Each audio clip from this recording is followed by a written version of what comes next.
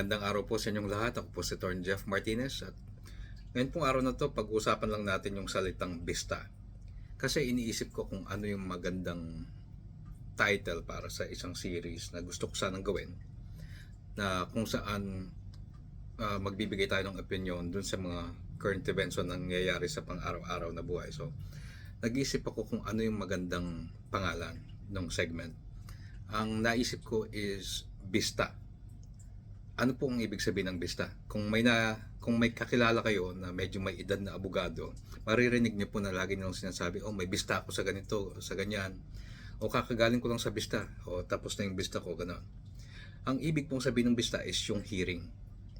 So, nanggaling po 'yon sa salitang Espanyol na vista, na ibig sabihin is yung pagdinig o pagtingin, gano'n.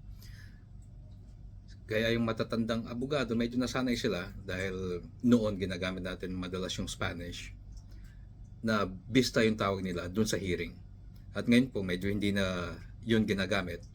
At naisip ko na parang maganda na gamitin siya na pangalan sa isang segment dahil vista, ang ibig sabihin is pagdinig o pagtingin sa isang bagay o sa isang kaso. Kaya yun po yung naisip ko na ipangalan sa segment na gagawin natin sa pagbibigay ng mga opinion sa mga current events.